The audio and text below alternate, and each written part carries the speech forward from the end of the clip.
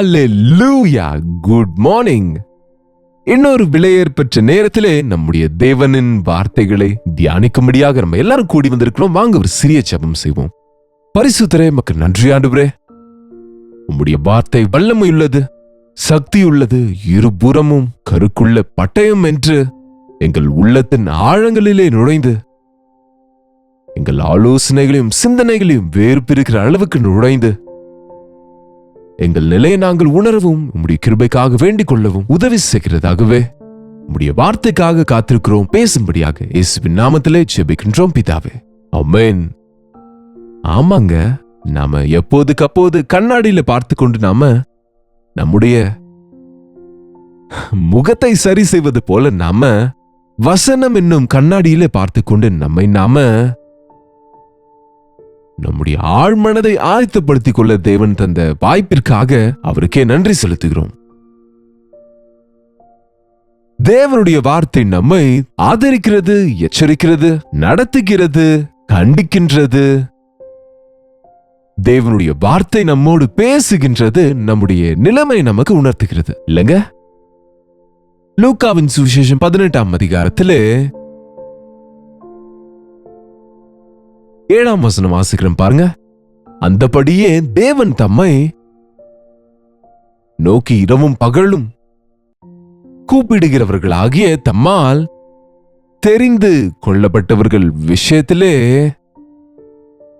நீடிய பொறுமை உள்ளவராயிருந்து அவர்களுக்கு நியாயம் செய்யாமல் இருப்பாரோ, சீக்கிரத்திலே அவர்களுக்கு நியாயம் செய்வார் என்று உங்களுக்கு சொல்லுகிறேன் என்கின்றார்.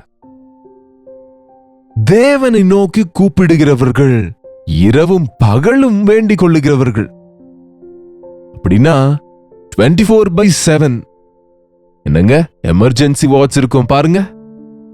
சில செல்போன்ஸ் எப்போதுமே அவங்க அட்டென்ட் பண்ணுவாங்க பாருங்க.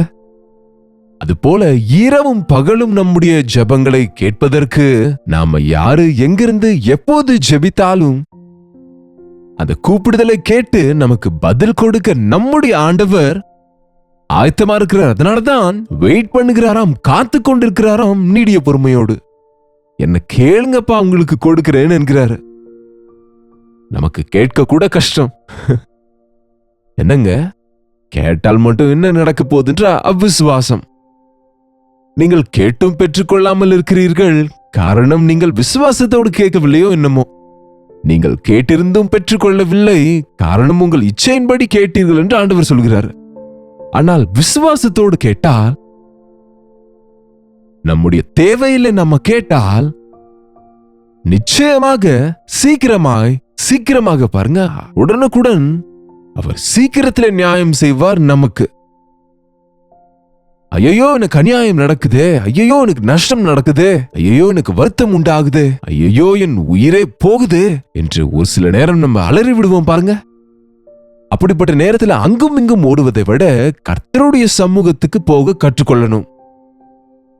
அநேகர் வேண்டிக் கொண்டுதான் இருக்கிறாங்க. ஆனா ஏன் பதில் வரவில்லை என்றால், அதற்கு முக்கியமான பாயிண்ட், யாருக்காவது ஞானத்தில் குறைவு இருந்தால் என்னை கேட்க சொன்னார். ஆனால் அவிசுவாசத்தோடு கேட்கிறவர்களுக்கு எதுவுமே கிடைக்காது. அவிசுவாசத்தோடு கேட்கிறவங்களுக்கு ஞானமும் கிடைக்காது, விடுதலை கிடைக்காது, பதிலும் கிடைக்காது, நியாயமும் கிடைக்காது இல்லையா? அதனாலதான் விசுவாசம் ரொம்ப முக்கியம். ஆமாங்க, இன்றைக்கு இயேசு கிறிஸ்துவை ஏற்றுக்கொண்ட எல்லாருக்கும் இருக்கிற ஒரு நல்ல பெயர் என்னவென்றால் விசுவாசிகள், பிலீவர்ஸ் இல்லையாங்க? கிறிஸ்துவின் ரத்தத்துல கழுவப்பட்டவங்க, நம்பி ஞானஸ்நானம் பெற்றவங்க, கர்த்தருடைய பந்தியில பங்கு பெறுகிற எல்லாரும் விசுவாசிகள். என்னுடைய இடத்துல எனக்காக ஆண்டவர் மரித்தார், என்னுடைய பாவங்களுக்கு மீட்பை உண்டாக்கினார், அவர் மீது நான் விசுவாசம் வைக்கின்றேன், அவர் என் தேவன், அவர் ஜீவன் உள்ளவர், எனக்காக சீக்கிரத்திலே வரப்போகிறார் என்று நம்ம நம்புகிறோம். நம்புகிறீங்களா இல்லையா? நம்புங்க. வெறுமனே நம்புவதல்ல, நீங்க உங்கள் கிரியையில அந்த நம்பிக்கையை காண்பீங்க. இயேசாண்டவரை ஏற்றுக்கொண்ட பிறகும் நாம எல்லாரை போல நடந்து கொண்டா, சூழ்நிலைகள் அனுகூலமா இருக்கும்போது நிம்மதியா இருப்பதும், சந்தோஷமா இருப்பதும், மென்மையாக இருப்பதும், சூழ்நிலைகள் தலைகீழாகும் போது கலங்கி போவதும். இன்றைக்கு அநேகர் விசுவாசத்தினாலே நடக்கிறதில்லை. கொரிந்தியருக்கு எழுதின 2வது நிருபத்திலே எழுதப்பட்டிருக்கிறது 5ஆம் அதிகாரம் 6ஆம் வசனத்திலே, நாம் தரிசித்து நடவாமல் விசுவாசித்து நாம் வாழ்கின்றோம். வெளியே பார்க்கிறத வைத்து நம்ம தரிசித்து நம்ம நடக்கிறது கிடையாது. அப்படிதான் எல்லாரும் செய்வாங்க. வானிலை மாற்றம், பெருமழை வரப்போகிறது என்றால் அன்றைக்கு வெளியே போக மாட்டாங்க, அல்லது அதற்கேற்ற பிரிகாஷன்ஸ் எடுத்துக்கொள்வாங்க இல்லங்க. பாருங்க, நம்ம சில முறை நம்முடைய அந்த ட்ரிப்ஸ், நம்முடைய பிரயாணங்கள், நம்முடைய ஆலோசனைகள், எங்களை போன்ற ஊழியக்காரங்க மீட்டிங்ஸையே கேன்சல் பண்ணிடுவாங்க. அட, தேவன் இந்த தேதியில இங்க மீட்டிங் வைக்க சொன்னார் இல்லையா? நிச்சயமாய் தேவன் தம்முடைய பாதுகாப்பை கொடுப்பார் என்கிற விசுவாசம் இருக்கிறவங்க வானிலை அறிகுறிகளை பார்க்காமலேயே, அதை அவன் சார்ந்து கொள்ளாமலேயே, கூகுள்ல இருக்கிற நியூஸை தேடாமலேயே, என்னங்க, வைஃபைய பயன்படுத்தாமல் விசுவாசத்தை பயன்படுத்துவான். இப்ப நம்ம எல்லாவற்றிற்கும் வைஃபைய பயன்படுத்துகிறோம். வைஃபை மேல இருக்கிற விசுவாசம் இன்றைக்கு தேவன் மேல இல்லாதது போல காணப்படுது இன்றைக்கு மனிதனுக்கு.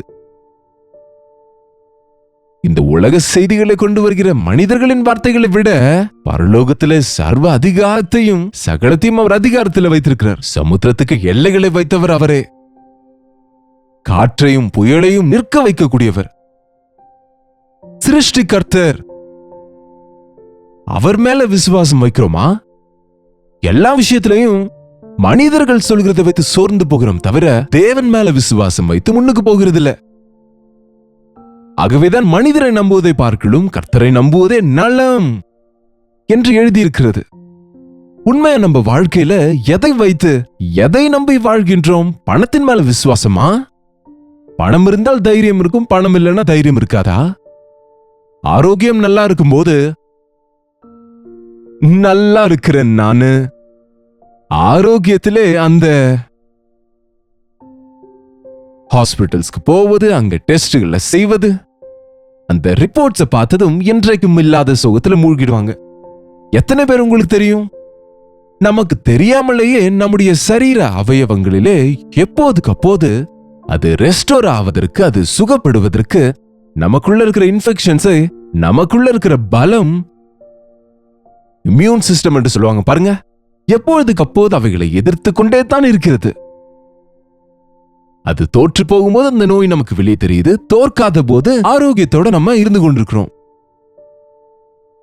உனக்கு ஆரோக்கியத்தை வர பண்ணுவேன் என்று தேவனுடைய வாக்குத்தத்தத்தை பிடித்துக் கொண்டால் நீங்க எந்த ரிப்போர்ட்ஸை குறித்தும் கவலைப்பட வேண்டியதில்லை. நீங்க ரிப்போர்ட்ஸ்க்காக பிரயாசப்படவே அவசியம் இல்லை. நம்பிக்கை என்னும் போது நம்பி தேவன் தருகிற விடுதலை பார்க்காமல் அவைகளுக்கு ஆதாரத்தை கேட்கிறோம் பாருங்க, அது நம்பிக்கை அல்ல, அவிசுவாசமே. இந்த கடைசி காலத்துல விஞ்ஞான அறிவு அதிகரிக்க அதிகரிக்க விசுவாசம் குறைந்து கொண்டே இருக்கிறது. ஒவ்வொன்றையும் பார்த்து நம்பணும், ஆதாரத்தை பார்த்து நம்பணும், முயற்சித்து நம்ப வேண்டும், டெஸ்ட் பண்ணி நம்ப வேண்டும் என்ற சூழ்நிலைக்கு வந்துட்டோமே தவிர தேவன் மேல விசுவாசம் வைத்து இது எல்லாவற்றிற்கும் அதிகாரியாகிய, இதை எல்லாவற்றையும் ஆளுகை செய்யும், எல்லாவற்றையும் தன்னுடைய கட்டுக்குள்ள வைத்திருக்கின்ற தேவனால் எல்லாம் சாத்தியம் என்று விசுவாசிக்கிறது இல்லை. இந்த கடைசி காலத்துல மனிதன் தேவன் மேல விசுவாசியாதது மட்டுமல்ல, தேவன் மீது ஒரு அலட்சியம் காண்பிப்பதை பார்க்கிறோம். தேவன் எனக்கு அவசியம் இல்லை, I can do with money, with technology. என்னங்க, நான் எது வேண்டுமானாலும் செய்வேன், டாக்டர்களுக்கு எவ்வளவு பணம் வேணாலும் கொடுத்து இந்த தேசம் அல்லது இன்னொரு தேசத்துக்கு சென்று என்ன வேணா செய்ய முடியும் நினைக்கிறாங்க தவிர உன்னை சுகப்படுத்துகிற கர்த்தர் நானே என்கிற வார்த்தையை நம்புகிறோமா? நம்பி ஜெபம் செய்து பாருங்க, அற்புதங்கள் நம்ம வாழ்க்கையில நடக்கும். இந்த காலை நேரத்துல உங்க கஷ்டம் என்ன? எனக்கு என்ன கஷ்டம்னு கேக்குறீங்களா? ஒரு பேச்சுக்கு அப்படி சொல்லுகிறீங்க. உங்களுக்கு அநேக கஷ்டங்கள் என்பது உங்களுக்கும் தெரியும், எல்லாருக்கும் தெரியும். கஷ்டங்கள் இல்லாம யாரும் இருக்காங்க? ஏதோ ஒரு பிரச்சனை நமக்கு ஒவ்வொரு நாளும் தடையாக வந்து கொண்டிருக்கும், ஏதோ ஒன்று இடித்துக்கொண்டே இருக்கும். ஏதோ ஒரு சூழ்நிலை வழியா நம்ம போக வேண்டியதா தான் இருக்கும், யாரும் அதை தப்பிக்க முடியாது. பட் அவைகளை எப்படி நாம ஜெயிக்கின்றோம்? அந்த சூழல்ல நம்ம எப்படி நடந்து கொள்கிறோம்? அப்படிப்பட்ட சூழ்நிலையில எவ்வளவாக நம்முடைய தேவனை நாம வேண்டிக் கொள்ளுகின்றோம்? அதை தான் நாம பரீட்சித்து பார்க்கணும். என்னை நோக்கி கூப்பிடு, ஆபத்து காலத்தில் என்னை நோக்கி கூப்பிடு, உனக்கு பதில் கொடுப்பேன் என்றார் ஆண்டவர். உங்களுக்கு எந்த தேவைனாலும் முழங்கால் போட கற்றுக்கொள்ளுங்க. நீங்க எந்த கஷ்டத்தில் இருந்தாலும் பாடுகளில் இருந்தாலும் தேவனோடு பேச பழக்கப்படுத்திக் கொள்ளுங்க. ஒன்றும் புரியாத நிலைமைகள தேவனுடைய சித்தத்தை அவருடைய வசனத்தின் மூலமாக அறிந்து கொள்ளுங்க. உங்க பிரச்சனைகளுக்கு தீர்வு கிடைக்கும்.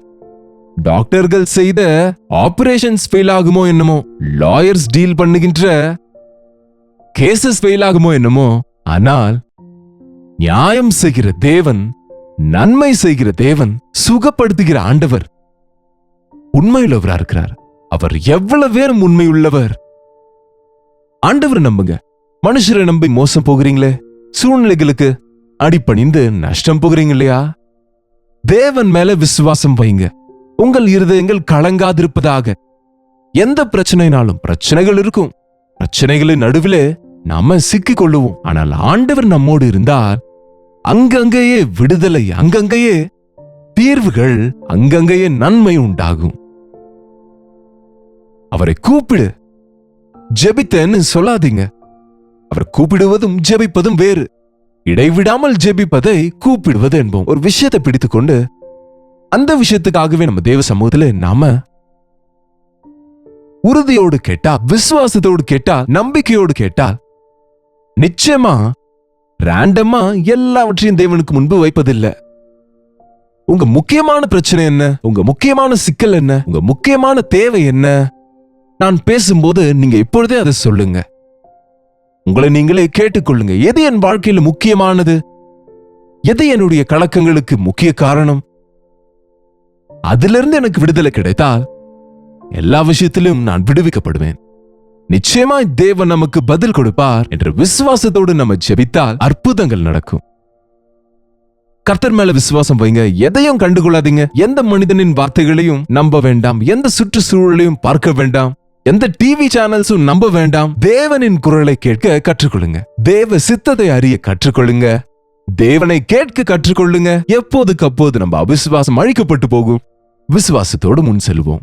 ஜெபிப்போம். பரிசுத்தரே, அன்புள்ள ஆண்டவரே, இந்த அவிசுவாச உலகத்திலே ஆண்டவரே, அவிசுவாசத்தை கொண்டு இராமல் உம்மீது விசுவாசம் வைத்திருக்க, எங்கள் சுற்றி சூழ்நிலைகளை பார்க்கும்போது, எங்கள் பாடுகளை பார்க்கும்போது, சோதனைகளை பார்க்கும்போது, எங்கள் கஷ்டங்களை பார்க்கும்போது, எங்கள் குடும்ப பிரச்சனைகளை பார்க்கும்போது, எங்களுக்குள் உண்டாகும் சோர்விலிருந்து எங்களை விடுவிங்க. பயம் உண்டாக்குகிற சூழ்நிலைகளிலும் அப்பா, விசுவாசிக்க கூடுமானால் விசுவாசிக்கிறவனுக்கு எல்லாம் கூடும் என்று நீர் சொல்லி இருக்கிறபடி அந்த வார்த்தை எங்கள் பேர்ல நிறைவேற உதவி செய்யுங்க. நம்புகின்றோம் ஆண்டவரே, அவிசுவாசம் இல்லாமல் உதவி செய்யுங்கள் என்ற ஜெபத்தை செய்கிறவர்களா இருக்க எங்களுக்கு உதவுங்க. அனுதினமும் வார்த்தைகளை கேட்கிற ஒவ்வொருவரும் விசுவாசத்தை கொண்டவர்களாக வாழ்ந்து விசுவாச பயணத்திலே அனுதினமும் எங்கள் வாழ்க்கையில அற்புதங்களை பார்க்கவும் உதவி செய்யும்படியாக இயேசுவின் நாமத்தில் ஜெபிக்கிறோம் பிதாவே, ஆமென். நம்முடைய பிதாவாகிய தேவனுடைய அன்பும் குமாரனாகிய இயேசு கிறிஸ்துவின் கிருபையும் பரிசுத்த ஆவியானவருடைய அந்யோன்யமும் ஐக்கியமும் கூடி வந்திருக்கிற நம் அனைவருக்கும் இப்பொழுதும் சதா காலமும் துணையாயிருப்பதாக, ஆமென்.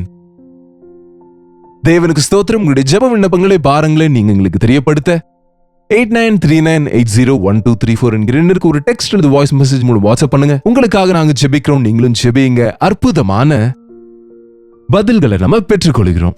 அநேக வாட்ஸ்அப் மெசேஜஸ் வருகிறது. அவர்களில் அநேகர் ஜெபங்களுக்கு பதில் கிடைத்தது என்று பிரைஸ் ரிப்போர்ட் கொடுக்கறாங்க. அதற்காகவும் நாங்க தேவனை துதிக்கின்றோம். டாக்டர் ஜே பால் யூடியூப் சேனல் சப்ஸ்கிரைப் பண்ணுங்க, லைக் பண்ணவும் ஷேர் பண்ணவும் மறந்து விடாதீங்க. கர்த்தருக்கு சித்தமானால் நாளைக்கு மீண்டும் உங்களை அனுதின தியானத்திலே கர்த்தருடைய வார்த்தையோடு சந்திக்கிறேன். ஒவ்வொரு நாளும் இந்த நிகழ்ச்சிகளை தொடர்ந்து நீங்க பாருங்க மற்றும் அநேகருக்கும் ஆசீர்வாதமாக இருக்கும்படியாக இந்த அனுதின தியானத்தை அவர்களுக்கும் நீங்க ஷேர் பண்ணுங்க. கர்த்தருக்கு சித்தமானால் நாளை சந்திப்போம். அதுவரை கர்த்தருடைய கிருபை உங்களுக்கு துணையா இருப்பதாக.